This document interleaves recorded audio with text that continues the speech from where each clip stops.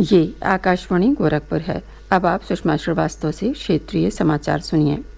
Bulletin से पहले एक सूचना। आज़ादी का अमृत महोत्सव क्विज श्रृंखला का प्रश्न कल सुबह 7:20 पर प्रादेशिक समाचार बुलेटिन में पूछा जाएगा। अपने जवाब हमें ईमेल आईडी airnews.gkp@gmail.com पर भेजें। जवाब के साथ अपना नाम, पता और फ़ोन नंबर अवश्य लिखें। और अब समाचार। मुख्यमंत्री योगी आदित्यनाथ ने आज अपने लखनऊ स्थित आवास से आज़ादी का अमृत महोत्सव की श्रृंखला में कई चिकित्सकीय सुविधाओं का शुभारंभ किया। उन्होंने चंदौली, भदोही और हाथरस के डायलिसिस सेंटर और वेलनेस केंद्रों पर ओरल कैंसर स्क्रीनिंग अभियान का शुभारंभ किया तथा 35 उच्चीकृत एएनएम प्रशिक्षण केंद्रों में शैक्षणिक सत्र की शुरुआत की। उन्होंने स्वास्थ्य विभाग को निर्देश दिया कि वे अगले शैक्षणिक सत्र में एएनएम केंद्रों में मेरिट के साथ प्रवेश परीक्षा की प्रक्रिया को शामिल करें, जिससे प्रवेश में पारदर्शिता सुनिश्चित की जा सके। इस अवसर पर आयोजित कार्यक्रम को संबोधित करते हुए मुख्यमंत्री ने कहा कि पैरामेडिकल स्टाफ किसी भी प्रदेश के स्वास्थ्य व्यवस्था के ऋण होते हैं। उनकी सर्वाधिक उपयोगिता हमें कोरोना काल में देखने को मिली। कोरोना संक्रमण के दौरान एएनएम और आशा कार्यकर्ताओं ने अपनी जान की परवाह किए बिना घर घर जाकर मानवता की सेवा की। मुख्यमंत्री योगी आदित्यनाथ ने कहा है कि वे अतिशीघ्र 60 वर्ष से ऊपर की हर माता और बहन को प्रदेश में मुफ्त बस सेवा देंगे। मुख्यमंत्री ने ये घोषणा आज लखनऊ स्थित आवास से परिवहन निगम की 150 नई बसों को हरी झंडी दिखाने से पहले आयोजित कार्यक्रम को संबोधित करते हुए कही। वरिष्ठ महिला नागरिकों के लिए बसों में मुफ्त यात्रा उनकी पार्टी द्वारा अपने चुनावी घोषणा पत्र में किए गए वादों में से एक थी। मुख्यमंत्री ने इस अवसर पर कहा कि आज रात से 48 घंटे तक हम रक्षाबंधन को देखते हुए राज्य में महिलाओं के लिए मुफ्त बस यात्रा की सेवा देने जा रहे हैं।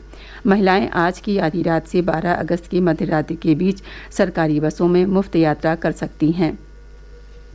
उन्होंने बताया कि सरकार सभी जिलों को 2-2 नई बसें दे रही है।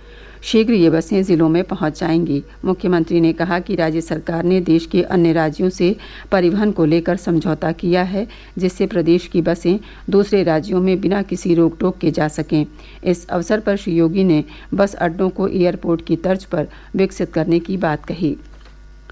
मुख्यमंत्री योगी आदित्यनाथ ने उप मुख्यमंत्री केशव प्रसाद मौर्य को आज उत्तर प्रदेश विधान परिषद में नेता सदन के रूप में कार्य करने के लिए मनोनीत किया है।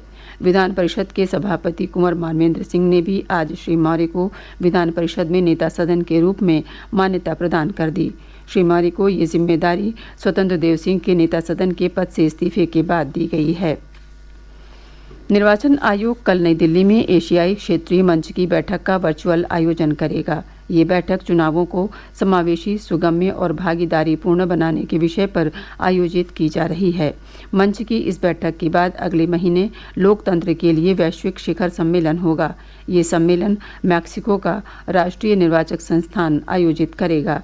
वैश्विक शिखर सम्मेलन और क्षेत्रीय मंच की बैठकों का उद्देश्य विश्व में निर्वाचक लोकतंत्र को सुदृढ़ बनाने के लिए अंतर्राष्ट्रीय संगठनों और विश्व के निर्वाचक निकायों के बीच तालमेल बनाना तथा बौद्धिक और संस्थागत एकजुटता को प्रोत्साहन देना है। केंद्र सरकार ने कर हस्तांतरण व्यवस्था के तहत राज्यों को 2 किस्तों में 1,16,000 करोड़ रुपए से अधिक की राशि जारी कर दी। सरकार ने उत्तर प्रदेश को करीब 21,000 करोड़ रुपए, बिहार को 11,000 करोड़ रुपए से अधिक और मध्य प्रदेश को 9,000 करोड़ रुपए से अधिक की राशि जारी की है।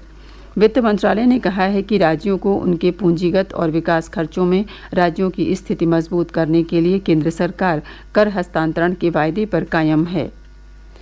आज़ादी का अमृत महोत्सव के तहत आयोजित हर घर तिरंगा अभियान के प्रति लोगों को जागरूक करने के लिए प्रदेश के सभी जिलों में तिरंगा बाइक रैली का आयोजन किया जा रहा है।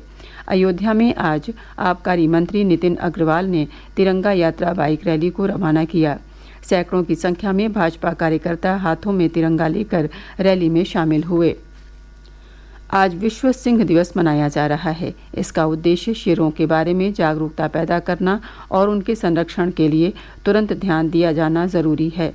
पर्यावरण, वन और जलवायु परिवर्तन मंत्री भूपेंद्र यादव ने ट्वीट संदेश में कहा कि एशियाई शेरों की संख्या 29% बढ़ी है। श्री यादव ने बताया कि उनके मंत्रालय ने शेरों के संरक्षण के लिए कई पहल की है। इसके साथ ही क्षेत्रीय समाचारों का ये बुलेटिन समाप्त हुआ। नमस्कार।